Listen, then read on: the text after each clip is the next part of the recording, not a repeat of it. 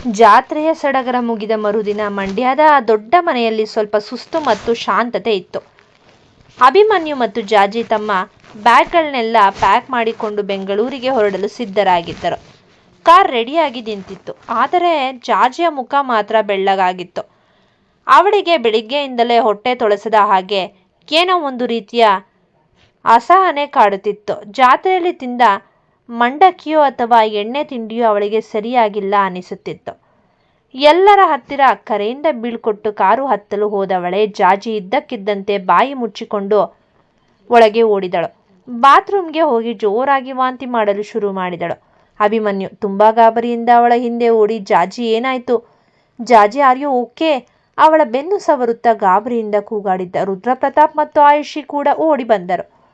ಸುನೀತಾ ಅಮ್ಮ ಮತ್ತು ಲಲಿತಾ ನೀರು ಹಿಡಿದುಕೊಂಡು ಹೋದರು. ರುದ್ರ, ಏನಾಯ್ತು ಅಭಿಮನ್ಯು? ನಿನ್ನ ಜಾತ್ರೆಯಲ್ಲಿ ಏನಾದರೂ ಹೆಚ್ಚು ಕಮ್ಮಿ ತಿನ್ಲಾ? ಮಂಜಾ, ಹೋಗೋ ಬೇಗ ಡಾಕ್ಟರ್ ಕರ್ಕೊಂಡು ಬಾ. ಮನೆಯವರೆಲ್ಲ ಜಾತ್ರೆಯಲ್ಲಿ ತಿಂದಿದ್ದು ಸರಿ ಹೋಗಿಲ್ಲ ಅನಿಸುತ್ತೆ, ಗ್ಯಾಸ್ಟ್ರಿಕ್ ಆಗಿರಬೇಕು ಅಂತ ಒಬ್ಬೊಬ್ಬರು ಒಂದೊಂದು ಮಾತಾಡುತ್ತಾ ಗಾಬರಿಯಾದರು. ಆದರೆ ಇಷ್ಟೆಲ್ಲ ಗದ್ದಲದ ನಡುವೆ ಜಯಮ್ಮಜ್ಜಿ ಮಾತ್ರ ತುಂಬ ಶಾಂತವಾಗಿ ಜಾಜಿಯ ಮುಖವನ್ನೇ ನೋಡುತ್ತಿದ್ದರು. ಜಾಜಿಯ ಸುಸ್ತು, ಅವಳ ಮುಖದ ಕಳೆ ಮತ್ತು ಅವಳ ವಾಂತಿ ಮಾಡುತ್ತಿರುವ ರೀತಿಯನ್ನು ಕಂಡ ಅಜ್ಜಿಗೆ ಮನಸ್ಸಿನಲ್ಲೇ ಒಂದು ವಿಷಯ ಫ್ಲ್ಯಾಶ್ ಆಯಿತು. ಅಜ್ಜಿ ಮನಸ್ಸಿನಲ್ಲೇ ಅಂದುಕೊಂಡರು, ಇದು ಜಾತ್ರೆ ಊಟದ ವಾಂತಿ ಥರ ಕಾಣ್ತಿಲ್ಲ, ಇದು ಮಂಡ್ಯದ ಮಣ್ಣಿನ ಹೊಸ ಕುಡಿಯ ಸಂಕೇತ ಇರಬೇಕು. ಆದರೆ ಅಜ್ಜಿ ತಕ್ಷಣ ಬಾಯಿ ಬಿಡಲಿಲ್ಲ. ಮೊದಲೇ ಹೇಳಿ ಆಮೇಲೆ ಏನಾದರೂ ಸುಳ್ಳಾದರೆ ಎಲ್ರಿಗೂ ಬೇಸರವಾಗುತ್ತೆ ಎಂದು ಸುಮ್ಮನಾದರು. ಆದರೆ ಅವರ ಮುಖದಲ್ಲಿ ಒಂದು ಸಣ್ಣ ಮುಗುಳ್ನಗು ಇತ್ತು. ಆಯುಷಿ ಜಾಜಿಗೆ ನೀರು ಕುಡಿಸಿ ಸೋಫಾದ ಮೇಲೆ ಮಲಗಿಸಿದಳು. ಅವಳು ಜಾಜಿಯ ಕಣ್ಣುಗಳನ್ನು ನೋಡಿ ಮೆಲ್ಲಗೆ ಪಿಸಿಗೊಟ್ಟುತ್ತಿದ್ದಳು. ಆಯುಷಿ, ಜಾಜಿ ಬರೀ ವಾಂತಿ ಮಾತ್ರನಾ? ಬೇರೆ ಏನಾದರೂ ಫೀಲ್ ಆಗ್ತಿದ್ಯಾ? ಲೇಟ್ ಆಗಿದೆಯಾ ಡೇಟ್ಸು? ಜಾಜಿ ಮೆಲ್ಲಗೆ ತಲೆ ಅಲ್ಲಾಡಿಸಿದಳು. ಆಯುಷಿ ಕೂಡಲೇ ಅಜ್ಜಿಯ ಕಡೆ ನೋಡಿದಳು. ಅಜ್ಜಿ ಕಣ್ಣಿನಲ್ಲೇ ನನಗೂ ಅದೇ ಸಂಶಯ ಕಣೆ ಅಂತ ಸನ್ನೆ ಮಾಡಿದರು. ರುದ್ರ ತನ್ನ ತಂಗಿಯ ತಲೆ ಸವರಿ, ಅಭಿಮನ್ಯು ಇವತ್ತು ಬೆಂಗಳೂರಿಗೆ ಹೋಗೋದು ಬೇಡ, ಮೊದಲು ಡಾಕ್ಟರ್ ಹತ್ರ ಹೋಗೋಣ. ನನ್ನ ತಂಗಿ ಮುಖ ಪೂರ್ತಿ ಸುಸ್ತಾಗಿದೆ ಎಂದನು. ಇಡೀ ಕುಟುಂಬ ಈಗ ಜಾಜಿಯ ಸುತ್ತ ನೆರೆದಿದೆ. ಒಂದು ಸಣ್ಣ ವಾಂತಿ ಇಡೀ ಮನೆಗೆ ಒಂದು ದೊಡ್ಡ ಸಿಹಿ ಸುದ್ದಿ ತರುವ ಮುನ್ಸೂಚನೆ ನೀಡಿದೆ. ಮಂಡ್ಯದ ಆ ದೊಡ್ಡ ಮನೆಯಲ್ಲಿ ಉಸಿರು ಬಿಗಿ ಹಿಡಿದು ವಾತಾವರಣ. ರುದ್ರಪ್ರತಾಪ್ ಈಗಾಗಲೇ 10 ಬಾರಿ ಫೋನ್ ಮಾಡಿ ಊರಿನ ಪ್ರಸಿದ್ಧ ಮಹಿಳಾ ವೈದ್ಯರಾದ ಡಾಕ್ಟರ್ ಸುಧಾ ಅವರನ್ನು ಕರೆಸಿದ್ದಾನೆ. ಗಾಬರಿಯಿಂದ ಅತ್ತಿತ್ತ ಓಡಾಡುತ್ತಿದ್ದ ಅಭಿಮನ್ಯುವನ್ನು ನೋಡಿ ರುದ್ರನಿಗೆ ಸಮಾಧಾನ ಮಾಡಲು ಆಗುತ್ತಿರಲಿಲ್ಲ. ಡಾಕ್ಟರ್ ಚೆಕಪ್ ಮುಗಿಸಿ ಕೋಣೆಯಿಂದ ಹೊರಬಂದರು. ಅವರ ಮುಖದಲ್ಲಿ ಒಂದು ತಿಳಿ ನಗು ಇತ್ತು. ರುದ್ರ ಮತ್ತು ಅಭಿಮನ್ಯು ಇಬ್ಬರು ಒಟ್ಟಿಗೆ ಡಾಕ್ಟರ್ ಹತ್ರ ಓಡಿ ಬಂದರು. ಅಭಿಮನ್ಯು, ಡಾಕ್ಟರ್ ಏನಾಯ್ತು? ಜಾಜಿಗೆ ತುಂಬ ಸೀರಿಯಸ್ ಆಗಿದ್ಯಾ? ಯಾಕೆ ಹಾಗೆ ವಾಂತಿ ಮಾಡ್ತಿದ್ದಾಳೆ? ಡಾಕ್ಟರ್ ನಗುತ್ತಾ, ಅಭಿಮನ್ಯು ಅವರೇ, ಸಮಾಧಾನ ಮಾಡ್ಕೊಳ್ಳಿ, ಇದು ಸೀರಿಯಸ್ ವಿಷಯ ಅಲ್ಲ, ಸಂಭ್ರಮದ ವಿಷಯ. ನಿಮ್ಮ ಮನೆಗೆ ಹೊಸ ಅತಿಥಿ ಬರೋ ಮುನ್ಸೂಚನೆ ಇದು. ಜಾಜಿ ಈಗ 2 ಜೀವದವಳು. ಕಂಗ್ರ್ಯಾಚುಲೇಷನ್ಸ್, ನೀವು ಅಪ್ಪ ಆಗ್ತಿದ್ದೀರಿ. ಒಂದು ಕ್ಷಣ ಇಡೀ ಹಾಲ್ನಲ್ಲಿ ಮೌನ ಆವರಿಸಿತು. ನಂತರ ಶುರುವಾಗಿದ್ದೇ ದೊಡ್ಡ ಸಂಭ್ರಮ. ತನ್ನ ತಂಗಿ ತಾಯಿಯಾಗುತ್ತಿದ್ದಾಳೆ ಎಂಬ ಸುದ್ದಿ ಕೇಳಿದ ರುದ್ರಪ್ರತಾಪ್ನ ಕಣ್ಣಾಲಿಗಳು ತೇವವಾದವು. ಅವನು ತಕ್ಷಣ ಹೋಗಿ ಅಭಿಮನ್ಯುವನ್ನು ಬಿಗಿಯಾಗಿ ಅಪ್ಪಿಕೊಂಡನು. ರುದ್ರ, ಅಭಿಮನ್ಯು, ನನ್ನ ತಂಗಿ ಮಂಡ್ಯದ ಮಗಳಾಗಿ ಹೋದವಳು ಈಗ ಮಂಡ್ಯದ ಮೊಮ್ಮಗನನ್ನ ಅಥವಾ ಮೊಮ್ಮಗಳನ್ನ ಕೊಡ್ತಿದ್ದಾಳೆ. ಇವತ್ತು ನನಗೆ ಸಿಕ್ಕಿರೋ ಅತಿ ದೊಡ್ಡ ಗಿಫ್ಟ್ ಇದು. ಅವನು ಅಂಗಳಕ್ಕೆ ಬಂದು ಜೋರಾಗಿ ಕೂಗಿದ. ಮಂಜ, ಸತೀಶ, ಕೇಳಿಸ್ಕೊಳ್ಳಿ, ನಮ್ಮ ಮನೆಗೆ ಹೊಸ ಕುಡಿ ಬರ್ತಿದೆ. ಇಡೀ ಊರಿಗೆ ಸಿಹಿ ಹಂಚಿ, ದೇವಸ್ಥಾನದಲ್ಲಿ ವಿಶೇಷ ಪೂಜೆ ಮಾಡಿಸಿ. ಅಭಿಮನ್ಯುಗಂತಲೂ ಕಾಲು ನೆಲದ ಮೇಲೆ ನಿಲ್ಲುತ್ತಿರಲಿಲ್ಲ. ಅವನು ನೇರವಾಗಿ ಜಾಜಿಯ ಹತ್ರ ಓಡಿ ಹೋಗಿ ಅವಳ ಕೈ ಹಿಡಿದುಕೊಂಡು, ಜಾಜಿ, ಥ್ಯಾಂಕ್ ಯು, ನೀನು ನನ್ನನ್ನು ಈ ಪ್ರಪಂಚದ ಅತ್ಯಂತ ಸುಖಿ ಮನುಷ್ಯನನ್ನಾಗಿ ಮಾಡಿದ್ದೀಯಾ. ಇನ್ಮೇಲೆ ನೀನು ಒಂದು ಹೆಜ್ಜೆನೂ ನಡೆಯೋಕೆ ಆಗಿಲ್ಲ, ನಾನೇ ನಿನ್ನನ್ನು ಎತ್ಕೊಂಡು ಓಡಾಡ್ತೀನಿ ಅಂದಾಗ ಜಾಜಿ ನಾಚಿಕೆಯಿಂದ ನಕ್ಕಳು. ಜಯಮ್ಮಜ್ಜಿ ಮೆಲ್ಲನೆ ಬಂದು ಜಾಜಿಯ ಹಣೆಗೆ ಮುತ್ತಿಟ್ಟರು. ಜಯಮ್ಮಜ್ಜಿ, ನೋಡಿದ್ರಾ, ನಾನು ಆವಾಗಲೇ ಅಂದ್ಕೊಂಡೆ ಈ ಮುಖದ ಕಳೆ ಸುಮ್ಮನೆ ಬರಲ್ಲ ಅಂತ. ರುದ್ರ ಇವತ್ತು ಮಗುವಿನ ಅಪ್ಪನಿಗಿಂತ ಮಗುವಿನ ಮಾವನೇ ಜಾಸ್ತಿ ಕುಣಿತಿದ್ದಾನೆ ನೋಡು. ರಂಗೇಗೌಡರು ಬಂದು ರುದ್ರನ ಹೆಗಲ ಮೇಲೆ ಕೈ ಹಾಕಿದರು. ನೋಡು ರುದ್ರ, ಸಂಸಾರ ಅಂದರೆ ಹೀಗೆ, ಒಂದು ಜೀವ ಹೋಗುತ್ತೆ, ಮತ್ತೊಂದು ಜೀವ ಬರುತ್ತೆ. ನಮ್ಮ ವಂಶದ ಕುಡಿ ಈಗ ನಿನ್ನ ತಂಗಿ ಹೊಟ್ಟೆಯಲ್ಲಿ ಬೆಳೆಯುತ್ತಿರೋದು ನಮ್ಮ ಪುಣ್ಯ. ಆಯುಷಿ ಈಗಾಗಲೇ ಜಾಜಿಗೆ ಏನು ತಿನ್ನಿಸ್ಬೇಕು, ಯಾವ ಬಟ್ಟೆ ತರಿಸ್ಬೇಕು ಅಂತ ಲಲಿತಾ ಜೊತೆ ಲಿಸ್ಟ್ ಮಾಡುತ್ತಿದ್ದಳು. ಆರ್ಯನ್ ಕೂಡ ತನ್ನ ಅತ್ತೆಯ ಹೊಟ್ಟೆಯನ್ನು ಮುಟ್ಟಿ ಆಶ್ಚರ್ಯದಿಂದ ನೋಡ್ತಿದ್ದ. ಆಯುಷಿ, ರುದ್ರಪ್ರತಾಪ್ ಅವರೇ, ಇನ್ಮೇಲೆ ಬೆಂಗಳೂರಿಗೆ ಹೋಗೋ ಮಾತಿಲ್ಲ. ಜಾಜಿ ಹೆರಿಗೆ ಆಗೋವರೆಗೂ ಇಲ್ಲೇ ಇರಬೇಕು. ನಾವು ಮಂಡ್ಯದ ಅಕ್ಕಿ ಮುದ್ದೆ ತಿಂದೆ ಈ ಮಗು ಬೆಳಿಬೇಕು. ಅಭಿಮನ್ಯು ಕೂಡ ಒಪ್ಪಿಕೊಂಡನು. ಬೆಂಗಳೂರಿನ ಆಫೀಸ್ ಕೆಲಸಗಳನ್ನೆಲ್ಲ ಮನೆಯಿಂದಲೇ ಮಾಡುವುದಾಗಿ ಹೇಳಿದನು. ಮಂಡ್ಯದ ಆ ದೊಡ್ಡ ಮನೆ ಈಗ ಮತ್ತೊಂದು ಮಗುವಿನ ಅಳು ಮತ್ತು ನಗುವಿಗಾಗಿ ಕಾಯುತ್ತಾ ಸಂಭ್ರಮದ ಸಾಗರದಲ್ಲಿ ತೇಲುತ್ತಿತ್ತು. ಮಂಡ್ಯದ ಆ ದೊಡ್ಡ ಮನೆಯಲ್ಲಿ ಈಗ ಶಾಸನ ಬದಲಾಗಿದೆ. ನಿನ್ನೆವರೆಗೂ ಬೆಂಗಳೂರಿನ ದೊಡ್ಡ ಕಂಪನಿಯ ಮ್ಯಾನೇಜಿಂಗ್ ಡೈರೆಕ್ಟರ್ ಆಗಿದ್ದ ಅಭಿಮನ್ಯು ಇವತ್ತು ಬೆಳಿಗ್ಗೆಯಿಂದ ಜಾಜಿಯ ವೈಯಕ್ತಿಕ ಸಹಾಯಕ ಅಂದರೆ PA, ಅಡುಗೆಯವ ಮತ್ತು ಮುಖ್ಯವಾಗಿ ಸೇವಕನಾಗಿ ಬಡ್ತಿ ಪಡೆದಿದ್ದಾನೆ.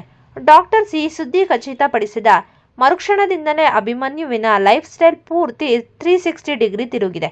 ಇದನ್ನು ನೋಡಿ ರುದ್ರ ಮತ್ತು ಆಯುಷಿ ನಕ್ಕು ನಕ್ಕು ಸಾಕಾಗಿದ್ದಾರೆ. ಬೆಳಗ್ಗೆ 6 ಗಂಟೆಗೆ ಎದ್ದ ಅಭಿಮನ್ಯು ಲ್ಯಾಪ್ಟಾಪ್ ಬದಲಿಗೆ ಕೈಯಲ್ಲಿ ಪ್ರೆಗ್ನೆನ್ಸಿ ಡಯಟ್ ಚಾರ್ಟ್ ಹಿಡಿದುಕೊಂಡು ಕಿಚನ್ಗೆ ಓಡಿದ. ಬಿಸಿ ಬಿಸಿ ನೀರು ಎಲ್ಲ ರೆಡಿ ಮಾಡಿ ಜಾಜಿಯ ರೂಮ್ಗೆ ಹೋದ. ಅಭಿಮನ್ಯು ತುಂಬಾ ವಿನಯದಿಂದ, good morning Jaji. Sorry, good morning my dear baby ಅಮ್ಮ. ಇಗೋ ನಿನ್ನ ಹಾಟ್ ವಾಟರ್. ಇವತ್ತು ಬ್ರೇಕ್ಫಾಸ್ಟ್ಗೆ ಏನು ಆರ್ಡರ್ ಮಾಡ್ತೀರಾ ಜಾಜಿ? ಆರ್ಡರ್ರಾ? ಹಾಂ, ಇವತ್ತು ನನಗೆ ಆ ಮಂಡ್ಯದ ಸ್ಪೆಷಲ್ ಅಕ್ಕಿ ರೊಟ್ಟಿ ಮತ್ತು ಅವರೆಕಾಳು ಸಾರು ತಿನ್ನಬೇಕು ಅನ್ನಿಸ್ತಿದೆ. ಮಾಡಿಕೊಡ್ತೀರಾ ಬಾಸ್? ಅಭಿಮನ್ಯು ತಕ್ಷಣ ಸೆಲ್ಯೂಟ್ ಹೊಡೆದು, ಎಸ್ ಮೇಡಮ್, ನಿಮ್ಮ ಆಜ್ಞೆಯೇ ನನ್ನ ಭಾಗ್ಯ. ಆದರೆ ಆ ಅಕ್ಕಿ ರೊಟ್ಟಿ ಮಾಡೋದು ಹೇಗೆ ಅಂತ ನಮ್ಮ ಅತ್ತೆಗೆ ಕೇಳಬೇಕು ಅಷ್ಟೆ. ಮಧ್ಯಾಹ್ನ ಅಭಿಮನ್ಯು ತನ್ನ ಬೆಂಗಳೂರಿನ ಆಫೀಸ್ ಟೀಮ್ ಜೊತೆ ಪ್ರಮುಖ ವಿಡಿಯೋ ಕಾಲ್ನಲ್ಲಿದ್ದ. ಸೀರಿಯಸ್ ಆಗಿ ಪ್ರಾಜೆಕ್ಟ್ ಬಗ್ಗೆ ಮಾತಾಡ್ತಿದ್ದ ಅಭಿಮನ್ಯು, ಟೀಮ್ ಈ ತಿಂಗಳ ಸೇಲ್ಸ್ ಟಾರ್ಗೆಟ್ ರೀಚ್ ಆಗಲೇಬೇಕು. ಯಾವುದೇ ಕಾರಣಕ್ಕೂ ಅಷ್ಟರಲ್ಲಿ ರೂಮ್ನಿಂದ ಜಾಜಿಯ ಕೂಗು ಬಂತು. ಅಭಿಮನ್ಯು, ನನಗೆ ಆ ಹುಣಸೆ ಹಣ್ಣಿನ ಕ್ಯಾಂಡಿ ಬೇಕು ಈಗಲೇ. ಅಭಿಮನ್ಯು ಫೋನ್ ಮ್ಯೂಟ್ ಮಾಡಿ ಆಫೀಸ್ ಮೂಡ್ ಬಿಟ್ಟು ತಕ್ಷಣವೇ ಸೇವಕನ ಮೂಡ್ಗೆ ಬಂದ. ಅಭಿಮನ್ಯು, ಬಂದೆ ಜಾಜಿ ಬಂದೆ, ಜಸ್ಟ್ 1 ಮಿನಿಟ್. ಮತ್ತೆ ಫೋನ್ನಲ್ಲಿ, ಟೀಮ್ ಸಾರಿ, ಒಂದು ಅರ್ಜೆಂಟ್ ಕ್ಲೈಂಟ್ ಕಾಲ್ ಬಂತು, ಮೀಟಿಂಗ್ ಆಮೇಲೆ ಕಂಟಿನ್ಯೂ ಮಾಡೋಣ. ಇದನ್ನು ಹೇಳಿ ಆಯುಷಿ ನಕ್ಕು ನಕ್ಕು ಸುಸ್ತಾದಳು. ರುದ್ರಪ್ರತಾಪ್ ಅವರೇ, ನೋಡಿ, ನಿಮ್ಮ ತಂಗಿ ಬೆಂಗಳೂರಿನ ಬಾಸ್ನ ಮಂಡ್ಯದ ಸೇವಕನನ್ನಾಗಿ ಮಾಡಿದ್ದಾಳೆ. ಸಂಜೆ ಜಾಜಿಯನ್ನು ವಾಕಿಂಗ್ ಕರೆದುಕೊಂಡು ಹೋಗುವಾಗ ಜವಾಬ್ದಾರಿ ಕೂಡ ಅಭಿಮನ್ಯುವಿನದೇ. ಅವಳು ಒಂದು ಹೆಜ್ಜೆ ಇಟ್ಟರೆ ಇವನು 10 ಹೆಜ್ಜೆ ಮುಂದೆ ಹೋಗಿ ದಾರಿ ಸರಿ ಮಾಡ್ತಿದ್ದ. ಅಭಿಮನ್ಯು, ಜಾಜಿ ಮೆಲ್ಲಗೆ ನಡೆ, ಅಲ್ಲಿ ಕಲ್ಲು ಇದೆ ನೋಡು, ನನ್ನ ಕೈ ಹಿಡ್ಕೋ, ದಣಿವಾಯ್ತಾ? ಇಲ್ಲಿ ಕೂತ್ಕೋತೀಯಾ? ಜಾಜಿ, ಅಯ್ಯೋ ಅಭಿಮನ್ಯು, ಸಮಾಧಾನ ಮಾಡ್ಕೋ, ನಾನೇನು ಮಗುವಲ್ಲ, ನೀನು ಹೀಗೆ ಆಡಿದ್ರೆ ನನಗೆ ನಗು ಬರುತ್ತೆ. ರುದ್ರ ದೂರದಿಂದ ನೋಡಿ ನಗುತ್ತಾ, ಮಂಜ ನೋಡೋ, ಆಫೀಸ್ನಲ್ಲಿ 100 ಜನಕ್ಕೆ ಆರ್ಡರ್ ಮಾಡ್ತಿದ್ದವನು ಇವತ್ತು ನನ್ನ ತಂಗಿಯ ಒಂದು ಕಣ್ಣಿನ ಸನ್ನೆಗೆ ಕುಣಿತಿದ್ದಾನೆ. ಇದೇ ಕಣೋ ಮಂಡ್ಯದ ಹೆಣ್ಣಿನ ಪವರ್. ಅಭಿಮನ್ಯು ಈಗ ಆಫೀಸ್ ಮೀಟಿಂಗ್ಗಳಿಗಿಂತ ಹೆಚ್ಚಾಗಿ ಪ್ರೆಗ್ನೆನ್ಸಿ ಆ್ಯಪ್ಗಳಲ್ಲಿ ಬ್ಯುಸಿಯಾಗಿದ್ದಾನೆ. ಮಂಡ್ಯದ ಆ ದೊಡ್ಡ ಮನೆ ಈಗ ಅಭಿಮನ್ಯುವಿನ ಈ ಹೊಸ ಸೇವಕ ಅವತಾರ ಮತ್ತು ಜಾಜಿಯ ಮುಗುಳ್ನಗುವಿನಿಂದ ತುಂಬಿ ತುಳುಕುತ್ತಿದೆ. ಮಂಡ್ಯದ ಆ ದೊಡ್ಡ ಮನೆಯಲ್ಲಿ ಈಗ ಸಂಭ್ರಮಕ್ಕೆ ಮಿತಿಯೇ ಇಲ್ಲದಂತಾಗಿದೆ. ಮನೆ ತುಂಬ ಹೆಣ್ಣು ಮಕ್ಕಳು, ಅದರಲ್ಲೂ 2 ಗರ್ಭಿಣಿಯರು ಇರುವಾಗ ಮನೆಯ ಹಿರಿಯರಾದ ಜಯಮ್ಮಜ್ಜಿ ಮತ್ತು ಸುನೀತಾ ಅಮ್ಮನಿಗೆ ಅದೆಲ್ಲಿಲ್ಲದ ಸಡಗರ. ಲಲಿತಾ ಈಗ 8 ತಿಂಗಳ ತುಂಬು ಗರ್ಭಿಣಿ. ಅವಳ ಆರೋಗ್ಯ ಮತ್ತು ಆರೈಕೆಯ ದೃಷ್ಟಿಯಿಂದ ರುದ್ರಪ್ರತಾಪ್ ಮತ್ತು ಆಯುಷಿ ದೊಡ್ಡ ಮನಸ್ಸು ಮಾಡಿ ಲಲಿತಾ, ಶಿವ ಮತ್ತು ಸಾವಿತ್ರಿಯನ್ನು ಕೂಡ ತಮ್ಮ ಮನೆಗೆ ಕರೆಯಿಸಿಕೊಂಡಿದ್ದಾರೆ. ಸಾವಿತ್ರಿ ಈಗ ಸಂಪೂರ್ಣವಾಗಿ ಬದಲಾಗಿದ್ದಾಳೆ. ತನ್ನ ಹಳೆಯ ಅಹಂಕಾರವನ್ನೆಲ್ಲ ತೊರೆದು ಈಗ ಮನೆಗೆಲಸದಲ್ಲಿ ಸುನೀತಾ ಅವರಿಗೆ ಸಹಾಯ ಮಾಡುತ್ತಾ ತನ್ನ 2 ಮಗಳಂದಿರ ಲಲಿತಾ ಮತ್ತು ಜಾಜಿ ಆರೈಕೆಯಲ್ಲಿ ತೊಡಗಿದ್ದಾಳೆ. ಸಂಜೆ ಹೊತ್ತು ಶಿವ ತನ್ನ ತೋಟದಿಂದ ಬುಟ್ಟಿ ತುಂಬ ತಾಜಾ ಹಣ್ಣುಗಳನ್ನು ಹೊತ್ತುಕೊಂಡು ಬಂದನು. ಕೆಂಪಾದ ಮಾವಿನ ಹಣ್ಣುಗಳು, ಸಿಹಿಯಾದ ಸೇಬೆ ಹಣ್ಣು ಮತ್ತು ದಾಳಿಂಬೆ ಹಣ್ಣುಗಳನ್ನು ನೋಡಿ ಜಾಜಿ ಮತ್ತು ಲಲಿತಾ 2 ಕಣ್ಣಲ್ಲೂ ಮಿಂಚು ಮೂಡಿತು. ಶಿವ, ನೋಡಿ ಲಲಿತಾ, ನೋಡಿ ಜಾಜಮ್ಮ, ನಿಮಗೋಸ್ಕರ ಅಂತಾನೆ ಈ ಹಣ್ಣುಗಳನ್ನು ಆರಿಸಿ ತಂದಿದ್ದೀನಿ.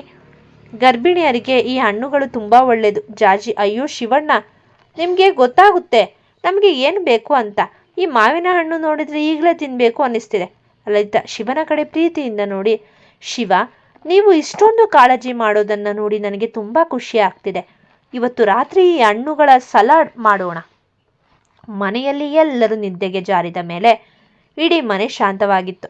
ಹೊರಗಡೆ ಚಂದಿರನ ಬೆಳಕು ಅಂಗಳವನ್ನೆಲ್ಲ ಬೆಳಗ್ಗೆ ಮಾಡಿತ್ತು. ರುದ್ರ ಮತ್ತು ಆಯುಷಿ ತಮ್ಮ ಕೋಣೆಯ ಬಾಲ್ಕನಿಯಲ್ಲಿ ನಿಂತು ತಂಗಾಳಿಯನ್ನು ಆಸ್ವಾದಿಸುತ್ತಿದ್ದರು. ರುದ್ರ ಮೆಲ್ಲನೆ ಆಯುಷಿಯ ಹಿಂದೆ ಬಂದು ಅವಳ ಹೆಗಲ ಮೇಲೆ ಕೈ ಹಾಕಿದನು. ರುದ್ರ, ನೋಡು ಆಯುಷಿ, ನಮ್ಮ ಮನೆ ಮೊದಲ ಥರ ಇಲ್ಲ, ಅದೆಷ್ಟು ಬದಲಾಗಿದೆ ಅಲ್ವಾ. ಲಲಿತಾ, ಶಿವ, ಸಾವಿತ್ರಿ ಅತ್ತೆ ಎಲ್ಲರೂ ಇವತ್ತು ನಮ್ಮ ಜೊತೆ ಇದ್ದಾರೆ. ಇದೆಲ್ಲ ನಿನ್ನ ಪ್ರೀತಿಯಿಂದ ಆದ ಮ್ಯಾಜಿಕ್. ಆಯುಷಿ ರುದ್ರನ ಕೈ ಹಿಡಿದು, ರುದ್ರಪ್ರತಾಪ್ ಅವರೇ, ನಿಮ್ಮ ಗತ್ತಿನ ಹಿಂದೆ ಇರೋ ಆ ಮೃದುವಾದ ಹೃದಯಕ್ಕೆ ಎಲ್ಲರನ್ನ ಒಂದಾಗಿಸೋ ಶಕ್ತಿ ಇದೆ. ಜಾಜಿ ಮತ್ತು ಲಲಿತಾ ಇಬ್ಬರು ಒಟ್ಟಿಗೆ ತಾಯಿ ಆಗ್ತಿರೋದು ನೋಡಿದ್ರೆ ನನಗೆ ನಾವೆಷ್ಟು ಅದೃಷ್ಟವಂತರು ಅನಿಸುತ್ತೆ. ರುದ್ರ ಆಯುಷಿಯನ್ನು ತನ್ನ ಕಡೆಗೆ ತಿರುಗಿಸಿಕೊಂಡು ಅವಳ ಕಣ್ಣಲ್ಲಿ ಕಣ್ಣಿಟ್ಟು ನೋಡಿದ. ಚಂದಿರನ ಬೆಳಕಿನಲ್ಲಿ ಆಯುಷಿಯ ಮುಖ ಮತ್ತಷ್ಟು ಸುಂದರವಾಗಿ ಕಾಣುತ್ತಿತ್ತು. ರುದ್ರ ಪಿಸುಗುಟ್ಟುತ್ತಾ, ಆಯುಷಿ, ಇಷ್ಟೆಲ್ಲ ಸಡಗರದ ನಡುವೆ ನಾವು ನಮ್ಮ ಪ್ರೀತಿಯನ್ನೇ ಮರೆತು ಬಿಡ್ತೀವಿ ಅಂತ ಹೆದರಿಕೆ ಆಗುತ್ತೆ. ಆದರೆ ನೀನು ನನ್ನ ಪಕ್ಕದಲ್ಲಿದ್ದರೆ ನನಗೆ ಇಡೀ ಪ್ರಪಂಚವೇ ಸಿಕ್ಕ ಹಾಗೆ. ರುದ್ರ ಅವಳ ಹಣೆಗೆ ಮುತ್ತಿಟ್ಟನು. ಆಯುಷಿ ಅವನ ಎದೆಯ ಮೇಲೆ ತಲೆ ಇಟ್ಟು, ರುದ್ರ, ನಾವು ಸದಾ ಹೀಗೆ ಒಟ್ಟಾಗಿ ಇರೋಣ, ನಮ್ಮ ಮಣ್ಣಿನ ಈ ಪ್ರೀತಿ ಸದಾ ಹಸಿರಾಗಿರ್ಲಿ ಅಂದ್ಲು. ಆ ನಡುರಾತ್ರಿಯಲ್ಲಿ ಅವರ ಪ್ರೀತಿ ಮತ್ತು ಅನುರಾಗದ ತಂಗಾಳಿಯೊಂದಿಗೆ ಲೀನವಾಯಿತು. ಮಂಡ್ಯದ ಆ ದೊಡ್ಡ ಮನೆಯಲ್ಲಿ ಎಲ್ಲವೂ ಶಾಂತವಾಗಿ ಪ್ರೀತಿಯಿಂದ ಸಾಗುತ್ತಿರುವಾಗಲೇ ಅನಿರೀಕ್ಷಿತವಾದ ಬಿರುಗಾಳಿಯೊಂದು ಎದುರಾಯಿತು. ಅಂದು ಸಂಜೆ ಮನೆಯವರೆಲ್ಲರೂ ಅಂಗಳದಲ್ಲಿ ಹರಟೆ ಹೊಡೆಯುತ್ತಾ ಕುಳಿತಿದ್ದಾಗ ಗೇಟಿನ ಮುಂದೆ ಒಂದು ಕಪ್ಪು ಬಣ್ಣದ ಐಷಾರಾಮಿ ಕಾರ್ ಬಂದು ನಿಂತಿತ್ತು. ಕಾರಿನಿಂದ ಇಳಿದ ಆ ವ್ಯಕ್ತಿಯನ್ನು ಕಂಡ ತಕ್ಷಣ ರುದ್ರಪ್ರತಾಪ್ನ ಮುಖ ಗಂಭೀರವಾಯಿತು. ಆಯುಷಿಯ ಕಣ್ಣಲ್ಲಿ ಆತಂಕ ಮೂಡಿತ್ತು. ಬಂದಿದ್ದು ಬೇರೆ ಯಾರೂ ಅಲ್ಲ, ಮಾಯಾ. ಹಳೆಯ ದ್ವೇಷವನ್ನು ಎದೆಯಲ್ಲಿಟ್ಟುಕೊಂಡಿದ್ದ ಮಾಯಾ ಈಗ ಮತ್ತಷ್ಟು ಮಾಡ್ರನ್ ಆಗಿ, ಅಷ್ಟೇ ಹಠಮಾರಿಯಾಗಿ ಕಾಣುತ್ತಿದ್ದಳು. ಅವಳು ನೇರವಾಗಿ ರುದ್ರಪ್ರತಾಪ್ನ ಎದುರು ಬಂದು ನಿಂತಳು.